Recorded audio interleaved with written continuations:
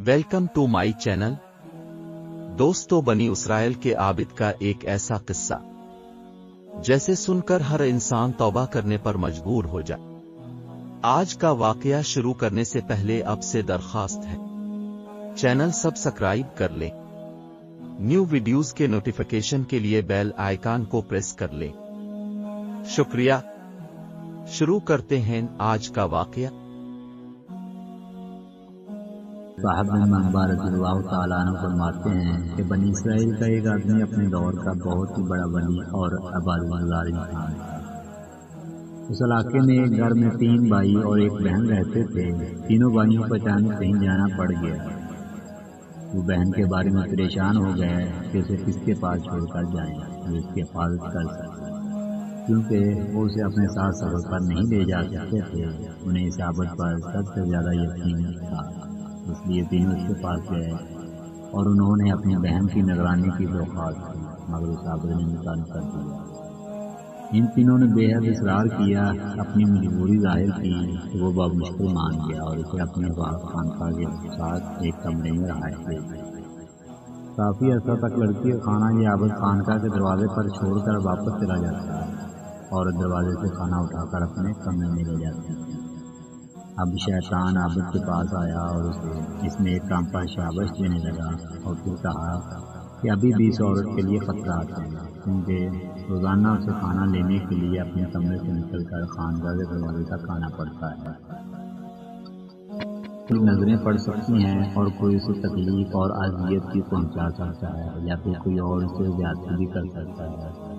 लिहाजा अगर तुम थोड़ी सी तकलीफ करके ये खाना उसके दरवाजे पर पहुंचाया करो तो तुम्हें बहुत ही ज़्यादा सवाब और अजर हासिल होगा।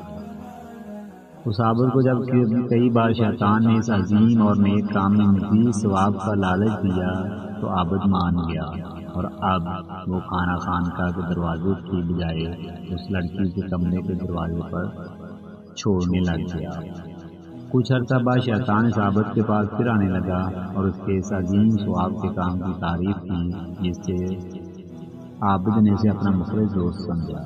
शैतान ने अब इसे मशवरा दिया कि किसी भी परेशान हाल, मुसीबत ज़दा और दुखी इंसान को खुश करने का बहुत बड़ा अजर सवाब है, और इस औरत से बड़ा परेशान कौन होगा जो दिन रात अपने कमरे में बंद रहती है। कोई भी उसे हफ्तों नहीं बल्कि महीनों बात नहीं करता। आखिर वो भी तो इंसान है, वो घबरा जाती हो। इसलिए कभी कभी खुदा से रज़ा करिए और इस औरत का गम, दुख, परेशानी और सदमा कम करने के लिए बात कर लिया करो, तो इसमें भी बहुत सवाब होगा। आबिद के दिल में शैतान की बात उतर गई कि वाकई एक औरत तनहा महीनों किसी से बात न करे ज़रूर परेशान हुई हो। अब वो तकरीबन रोज़ाना खानका की खुदकी ही से लड़की का हाल अहवाल पूछ लेता और कुछ बात कर लिया करता था। कुछ अर्सा बाद शैतान फिर एक खैरख्वाह के रूप में आ गया और आबिद से कहने लगा, जाहिर बात है तुम ये सब कुछ सवाब के लिए कर रहे हो, तो फिर खिड़की से थोड़ी देर के लिए बात करने की बजाय खानका के दरवाजे पर उस औरत के करीब बैठकर बात कर लिया करो, क्योंकि खिड़की से बात करने में ऊंची आवाज़ में बोलना पड़ता है और गिरजा में अपनी बुलंद आवाज़ से बोलना अच्छा भी नहीं। आबिद को ये दीनी मसला भी समझ आ गया। अब उस औरत से अपने गिरजा के दरवाजे पर कुछ देर के लिए बातें कर लिया करता था। फिर कुछ ही दिनों बाद शैतान अपने शैतानी मिशन की तकमील के लिए आबिद से कहने लगा कि इस औरत को जब गिरजा तक आने और जाने में भी तकलीफ होती होगी और वैसे भी उसे दूसरे गैर मुतल्लिका लोगों की नज़र इस पर पड़ती होगी। ये शरई एतबार से गलत है। औरत को घर से बाहर नहीं निकलना चाहिए, इसलिए इसके कमरे के दरवाजे पर बात करना ज़्यादा बेहतर होगा। इसमें बुजुर्ग ने इसमें बेपर्दगी के खतरात भी कम हो जाएंगे, क्योंकि ये बात भी दीनी जज्बे के हामिल थी। लिहाजा आबिद ने बिला चरान शैतान के इस मशवरे पर अमल शुरू कर दिया। अब आबिद रोज़ाना कुछ वक्त के लिए गिरजा से निकलकर औरत के कमरे के दरवाजे पर कुछ देर हाल अहवाल पूछ कर वापस आकर इबादत में मसरूफ हो जाता। कुछ ही अरसा बाद शैतान ने फिर आबिद को उकसाया कि यूं दरवाज़ा पर बैठना गैर मुनासिब है। अगर आप अंदर कमरे में बैठ जाएं तो ये आपकी शख्सियत के लिए मुनासिब है। کیونکہ دروازے پر تو بکاری بیٹھا کرتے ہیں۔ عابد کو یہ بات بھی حقیقت کے قریب اور مناسب نظر آئی اور اس پر بھی عمل شروع کر دیا، مگر ابھی تک وہ عورت پردہ میں رہ کر بات کرتی تھی اور یہ عابد بھی بس تھوڑی دیر تک حال احوال اور اس کی کوئی ضرورت یا کام معلوم کر کے واپس آ جایا کرتا تھا۔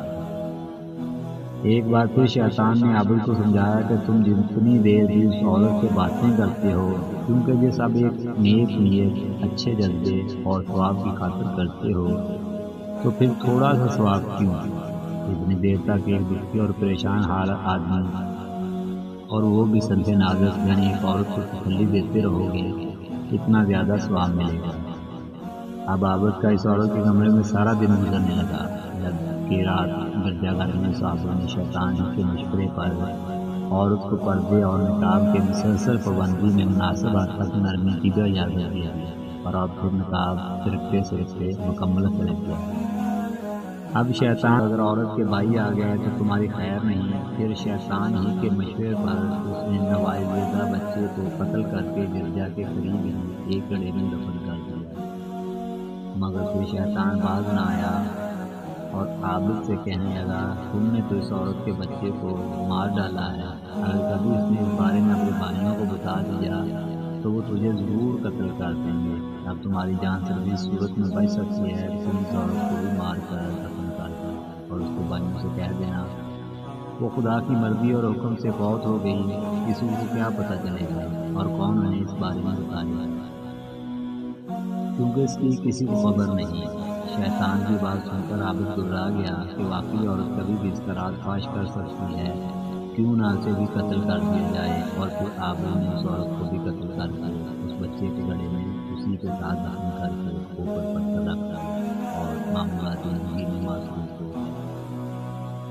کچھ عرصہ بعد اس عورت کے بھائی واپس آ گئے اور وہ اسے عابد کے پاس اپنی بہن لینے گئے تو عابد نے روتے روتے انتہائی غمزدہ ہو کر بتایا کہ وہ عورت بڑی نیک، صالح، دیندار اور عبادت گزار تھی، مگر بیماری کی وجہ سے وہ فوت ہو گئی۔ جب سوئے تو شیطان ہر ایک کے خواب میں آیا اور ان کی بہن کے بارے میں پوچھا تو انہوں نے جیسا عابد سے سنا تھا وہ بتایا، مگر شیطان نے کہا کہ سب ٹھیک ہے، اس عابد نے تمہاری بہن سے بدکاری کی، اس سے بیٹا پیدا ہوا، بدنامی کے ڈر سے اس نے بیٹے اور تمہاری بہن کو قتل کر کے گرجا کے دروازے میں جانیں جانا قریب ہی گڑھا کھود کر دفن کر دیا ہے، تمہیں اگر یقین نہ آئے تو جا کر دیکھ لو۔ صبح جب تینوں بھائی اٹھے اور اپنا اپنا خواب سنانے لگے تو تینوں بھائی یہ دیکھ کر حیران ہو گئے کہ ان کا خواب بالکل ایک جیسا ہے۔ بڑا بھائی بولا، یہ سب شیطانی خیالات ہیں، چھوڑو یہ سب فضول ہے، مگر چھوٹا بھائی بولا، نہیں میں تو ضرور تحقیق کروں گا۔ اور پھر تینوں نے جب خواب میں بتائی گئی جگہ کھودی تو وہاں دونوں ماں بیٹے کی لاش سر تن سے جدا ہو گئی اور پھر عابد کو بھی اپنے گناہ کا اقرار کرنا پڑا اور اس دنوں پر لوگوں نے اسے سولی پر لٹکانے کا فیصلہ کر لیا۔ جب اس عابد کو سولی پر لٹکایا جانے لگا تو شیطان ایک بار پھر اس کے پاس آیا، وہ اس سے پوچھنے لگا، کیا تم مجھے جانتے ہو؟ تو عابد نے نفی میں جواب دیا۔ شیطان بولا، میں وہی ہوں جس نے تجھے یہاں تک پہنچایا اور آج تو خود بھی ذلیل اور رسوا ہو گیا ہے اور تمام دوسرے عابدوں اور راہبوں کو ذلیل کر دیا ہے، کوئی بھی اب ان پر اعتبار نہیں کرے گا، مگر میرے پاس ایک نسخہ ہے، اگر تو میری بات مان لے تو میں ان آنکھوں میں دھول جھونک کر تجھے بچا بھی سکتا ہوں۔ عابد نے پوچھا، ضرور، میں تیری بات مانتا ہوں، بس مجھے بچا جا، میں کیا کام کروں؟ شیطان بولا، بس ابھی اسی حالت میں تم مجھے ایک سجدہ کر دو، میں ابھی اور فوراً تمہیں بتا دیتا ہوں۔